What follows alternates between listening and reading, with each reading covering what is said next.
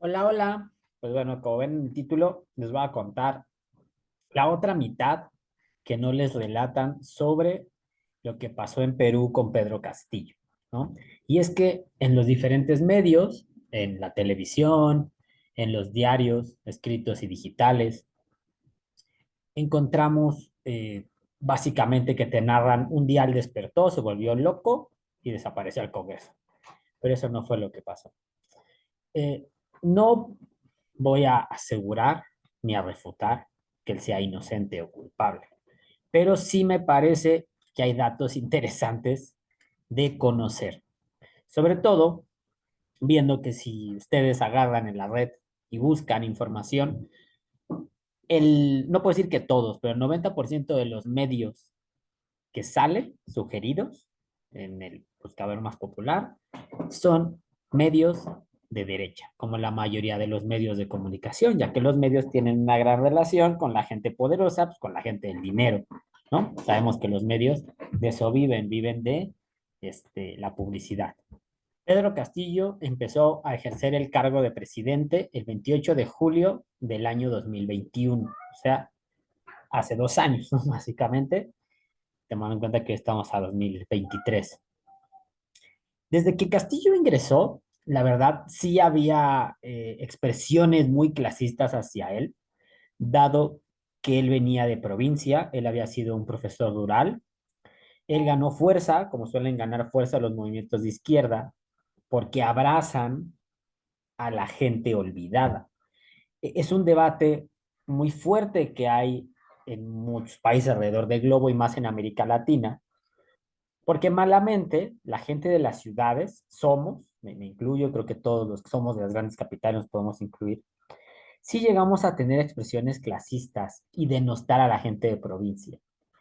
Nosotros tenemos, la verdad, cierta ventaja y a veces no somos conscientes de ello, ¿no? Esta parte cuando te dicen hablas desde el privilegio. No nos damos cuenta que nosotros tenemos más oportunidades. Obviamente hay mucha desigualdad en América Latina, en mi país. Es brutal la desigualdad que hay.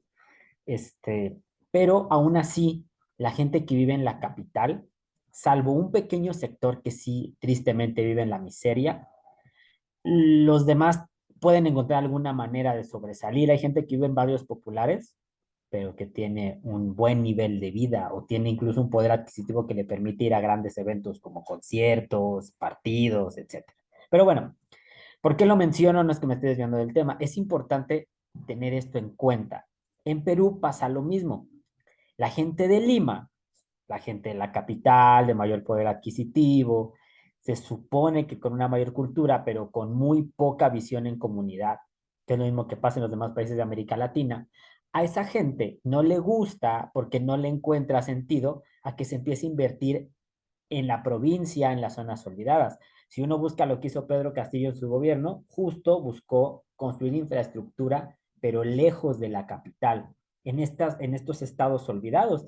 Y en México, en Argentina, que son países que ya han tenido más tiempo, ¿no? Argentina mucho más, gobiernos de izquierda, la gente de provincia, no puedo decir, no sé si mucha, pero sí varios, quieren a estos gobiernos de izquierda, porque dicen es que los gobiernos de antes o no nos daban nada o nos daban muy poco, y estos gobiernos nos voltean a ver y nos ayudan. Y ahí es donde empiezan los comentarios clasistas, no, es que ellos nada más juegan con los pobres, es que es gente ignorante, es que son una bola de borregos. Bueno, borregos, creo que todos en algún momento somos, ¿no? Hay que estar conscientes de ello. Entonces, ¿por qué empiezo a contar esta parte? Porque es lo que no te platican. Castillo, desde que entró, el Congreso eh, lo tenía en contra, básicamente. Desde el inicio, sobre todo de los medios de comunicación, que se ve mucho contra los gobiernos de izquierda, empezaron a crear toda una narrativa de que era un peligro para su país, como lo mencionaban, con México, sobre todo en los años, en la elección del 2006, esta elección que pues es, digamos, una verdad casi aceptada, que no fue legal el resultado que se dio cuando perdió AMLO. Eh, Se habla de que estos gobiernos van a hundir económicamente al país, que lo van a llevar a un pozo de violencia y de impunidad. Ojo, y no es que nuestros países no estén ya en ese pozo, pero es esta parte de prometerte algo peor, ¿no? Entonces, mucha gente compra el cuento y dice, no, cuidado, porque nos vamos a ir al despeñadero, como decía AMLO. Y bueno, este, en Perú empezó esta persecución. Obviamente la oposición empezó a jugar con esta parte de él no sabe lo que hace. Lo mismo que dicen con los gobiernos de izquierda es que él llegó porque arrastra a los ignorantes, juega con los pobres, es un engañabobos, no tiene ni idea de cómo dirigir un país, va a tronar. O sea, Perú ya estaba en una gran crisis. De hecho, bueno, menos en lo que yo busqué, es difícil encontrar ahorita qué pasó en los primeros días del gobierno de Castillo, pero Perú ya estaba en una gran crisis. Además, su gran, bueno, para mí era absurdo, su contrincante era la hija del gran dictador de Perú, ¿no? Era Keiko Fujimori. Y hay quien se ha atrevido, muchos, a comparar lo que hizo Pedro Castillo con lo que hizo Fujimori. O sea, cuidado, ahí estamos viendo cómo se tergiversa la información. Otro punto es que antes de que se me olvide, cuando agarran a Castillo, nos dicen que era, bueno, una mente criminal increíble, ¿no? Sí hay cosas raras, hay cosas que uno no puede negar que un gobierno pueda hacer. El tráfico de influencias, darles contratos a los compadres, o sea, nepotismo, que si ascendió dentro de los cuerpos de seguridad personas que no lo merecían, pero que eran afines a él, que desviaba recursos, que dentro de la compañía petrolera de Perú también hubo tráfico de influencias, pero, pero, hasta donde se da la información, eran acusaciones. Se decía que la fiscalía tenía pruebas, se decía o se dice, pero miren que como estudio periodismo, y siempre te lo dicen, si tú como periodista vas a acusar a alguien es porque tienes las pruebas aquí, porque lo vas a probar, por eso tienes la prueba. Si no, no lo puedes acusar, porque además te puedes meter en un grave problema. Y en países como el nuestro, donde hay ciertos problemas de violencia extrema, pues puede peligrar todo de ti. Entonces, en Perú lo acusan, pero nunca nos han mostrado una prueba, que ese es un dato no menor, es muy importante. Entonces, a la vez que nos dicen que Pedro Castillo era una gran mente criminal, los medios de comunicación, la oposición, decían que Pedro Castillo era un perfecto pen. Así. Entonces dice, a ver, o es un ignorante que no sabe nada, que va a hundir económicamente al país porque es muy inocente, o es una mente criminal, porque las dos cosas es muy difícil que las, ¿no? Entonces, durante el gobierno que tuvo Castillo, ya desde antes el Congreso había tratado de congelarlo, desde la prensa, desde la oposición, le habían quitado legitimidad. Eh, Habían hablado de que Perú era o sea, Perú, igual que pasó con México, no es que cambiara mucho, y menos en un año. Perú seguía siendo lo que era desde antes de entrar de Pedro Castillo. Pero como pasa en varios países gobernados por la izquierda, los medios de comunicación empiezan a exacerbar todo y ahora sí te dan las noticias y te hablan de violencia y te hablan de crisis, igual cuando viene alguna situación económica también lo hacen todo fastuoso y no, no hay mañana, pierdan la esperanza, vámonos de aquí. Y es lo mismo que antes pasaba. Entonces, esta parte que también acusan desde, por ejemplo, que dicen que es absurdo que Cristina Fernández de Kirchner hable de un estado paralelo ahora que la acusaron también con cosas raras porque los jueces se reunieron no me acuerdo en qué ciudad, pero bueno, con gente de la oposición y como que tampoco hubo pruebas muy fehacientes de que ella sí hizo lo que dicen que hizo. No, no estoy diciendo que sea una santa, que no haya hecho cosas turbias, porque no lo sé, pero nuevamente la acusan sin una prueba que realmente sea contundente y mucho es a partir de dichos y cosas raras, ¿no? Que sí parece mucho tráfico de influencias. En México también lo tenemos, que si tal, bueno, aquí uno de los partidos políticos es amigo del que es el árbitro de los partidos, entonces también eso no está muy bien.